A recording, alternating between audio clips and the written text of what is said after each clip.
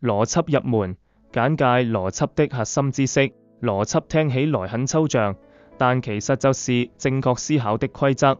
就像玩遊戲要遵守規則才公平，思考也得守邏輯才會合理。下面用最淺白的話，搭配日常例子，把邏輯的起源、重要人物、關鍵概念和用法講清楚。一、邏輯的起源與發展。從古至今的思考升級，邏輯不是某個人突然想出來的，而是古人在辯論、探索世界時，慢慢總結出來的思考工具。起源：古希臘、古印度、古代中國都有人研究邏輯，但古希臘的體系最完整，就像邏輯學的母親。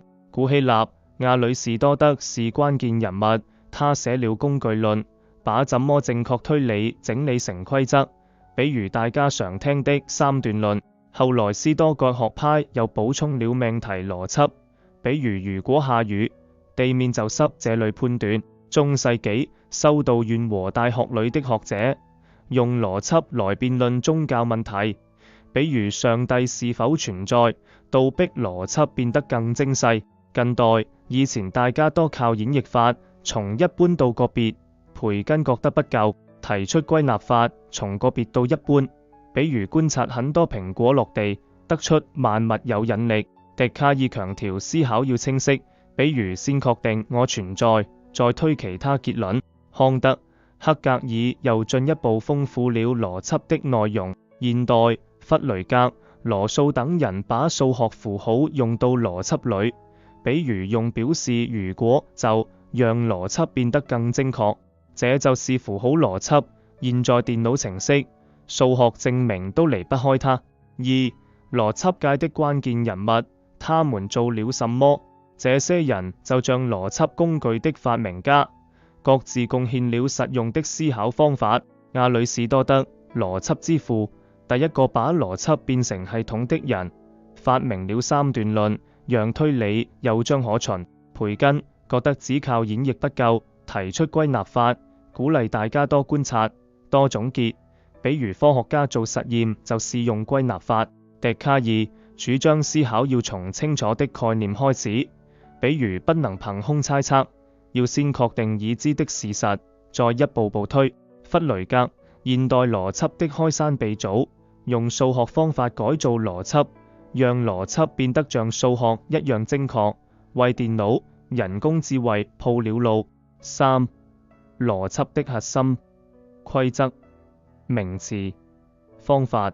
附例子：一、核心規則，思考不能違背的底線，就像交通規則是行車底線，邏輯規則是思考底線，違背了就會思考混亂。同一律，一個概念不能隨便換意思，比如蘋果是水果，不能後來又說蘋果是蔬菜，前後要一致。矛盾律，不能同時說兩個相反的話，比如不能既說我今天吃了飯，又說我今天沒吃飯，這兩句話不可能同時真。排中律，面對兩個相反的說法，必須選一個，不能都不對。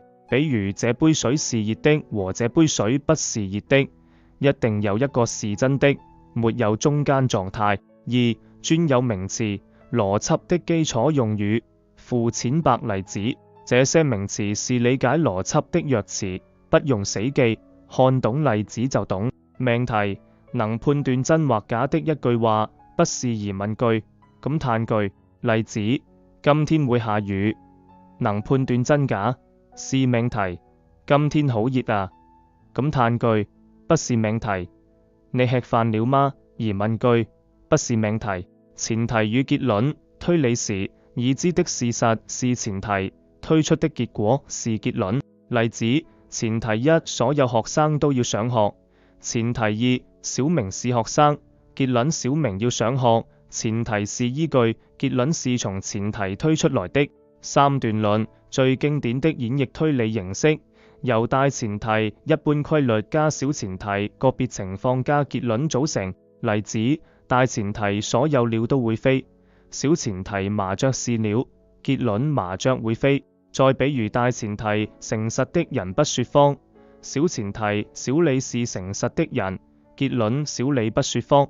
3. 常用方法，3種核心推理方式。附日常例子。邏輯的核心是推理，就像解題的3種思路，各有各的用處。演繹推理，從一般規律推個別情況，只要前提是真的，結論一定是真的，相當於按公式解題。例子，大前提所有金屬都能導電，一般規律；小前提同是金屬，個別情況，結論同能導電，必然正確。再比如，所有直角三角形都有一個90度角，這個三角形是直角三角形，所以它有一個90度角。歸納推理，從多個個別案例推一般規律，前提是真的，結論可能真，相當於總結經驗。例子，觀察到貓會找老鼠，狗會看家，鳥會飛。個別案例，得出動物都有自己的本領，一般規律。再比如，科學家觀察了100次實驗，每次都符合某個現象，就歸納出這個現象是普遍存在的。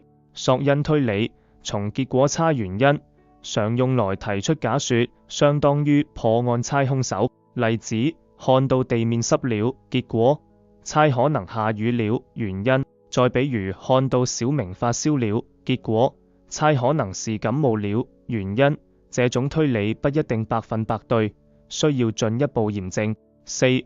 邏輯的實際運用，生活處處用得上。邏輯不是書本上的知識，而是解決問題的工具。以下3個場景最常用：學術研究，科學家用邏輯構建理論，比如物理學家先提出假說，再用實驗驗證，整個過程都要符合邏輯，否則理論站不住腳。日常決策，比如要不要換工作，會用邏輯分析。前提1，這份工作薪資低；前提2，新工作薪資高且有發展。結論，應該換工作，避免憑感覺做決定。法律論證，律師打官司時會用邏輯串聯證據。被告在案發現場留下指紋。前提1，指紋與被告完全匹配。前提2，所以被告當時在現場。結論，法官也會用邏輯判斷案件是否合理。簡單來說，邏輯就是讓思考不亂的規則，掌握它後，無論是辯論、解題還是做決定，都能更清晰、更合理，不用被模糊的感覺帶偏。